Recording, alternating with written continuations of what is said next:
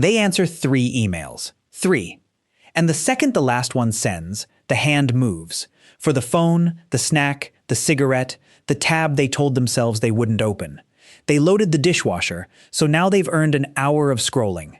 They got through one hard conversation, so they deserve the drink. A voice in their head says the same thing after everything. Okay, you did the thing. Now you get the good thing. Like life is a job with a manager, and every scrap of ordinary effort has to be paid for on the spot. If that's you, you've probably decided you have a willpower problem. You don't. What's happening is stranger, and once you see it, you'll realize the reward isn't what's saving you from your life. It's what's making your life feel unbearable in the first place. Let's name the mechanism, because psychologists have studied it for years. It's called moral licensing. The rule is simple and slightly ridiculous. When your brain records that you've done something good, it hands you a credit, and then lets you spend that credit on something bad.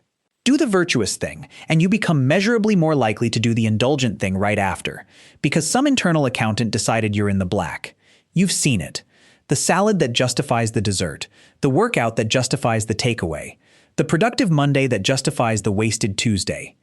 And here's the punchline. The good thing doesn't even have to be good. It just has to feel like effort. So answering 3 emails, a completely unremarkable act of being alive, gets filed as a sacrifice. And sacrifices demand compensation. But why is the compensation never enough?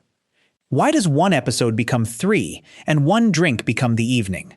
Most people think dopamine is the pleasure chemical. It isn't. Neuroscientists like Kent Berridge spent decades pulling wanting and liking apart and found they're 2 different systems. Dopamine drives the wanting, the pull, the reaching. It fires hardest in the anticipation, not the payoff. Which is exactly why the moment before you open the app is more electric than any moment inside it.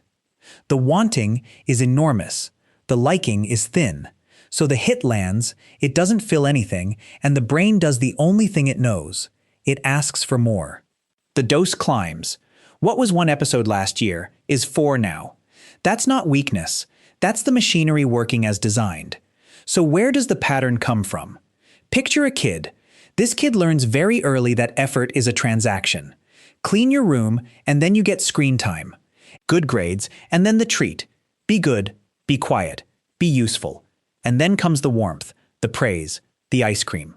Every meaningful thing in that child's world arrives on the far side of a payment. Nobody ever sat with them inside the doing. Nobody ever showed them effort might hold something on its own. So they learn the deepest rule of their life. Work is the price, pleasure is the wage. And for some kids, it goes further. Nobody was there to comfort them when things got hard, so they found their own comfort. The snack, the screen, the thing in the cupboard. And it worked. It was reliable when people weren't. That child becomes an adult who cannot let a task simply end. Somebody has to pay them. And here's the part that should genuinely stop you, because it flips the whole thing on its head. Psychologists have known since the 1970s about the over-justification effect. Take someone doing a thing they don't mind, even quietly enjoy, and start paying them for it. They enjoy it less. The reward doesn't add motivation. It eats it. The mind concludes, I'm only doing this for the payment, so this must be something nobody would do for free. Now read that again with your own life in it. Every time you say, just get through this and then you get the good thing, you are teaching your brain that this, your work, your chores, your ordinary Tuesday, is something to be endured. You're not rescuing yourself from the drudgery. You are manufacturing it. The treat is what makes the task feel like a sentence. And that's why the loop tightens. The more you pay yourself, the heavier everything gets, and the more payment you need. Now let me be honest, because there are 2 versions of this person. There's the one who finishes something and genuinely enjoys a reward, savors it, feels it, moves on. That's just being human. Then there's the other one, and the tell is simple. They don't actually enjoy it. They're barely present for it. It's fast, half-conscious, faintly compulsive, and afterwards there's no glow. Just a residue of shame and a vague sense of having been robbed. Because that was never a celebration. It was an anesthetic. And you don't need an anesthetic unless something hurts. So the real question was never, do I deserve a treat? It's this. Why does 20 minutes of ordinary life feel like a wound that needs medicine? So if that's you, here's what I want you to try, and it's smaller than you think. Break the pairing, finish one thing, and then just don't pay yourself. Let the task end unpaid. Walk into the next moment with nothing in your hand.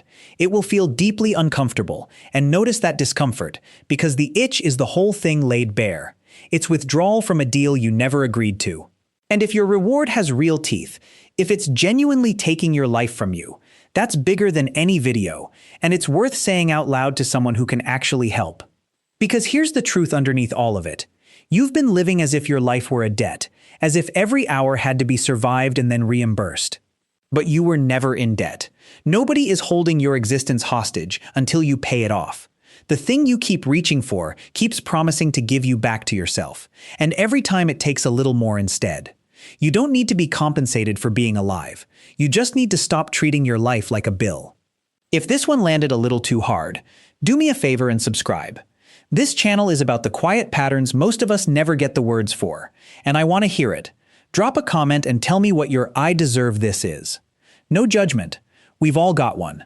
I'll see you in the next one.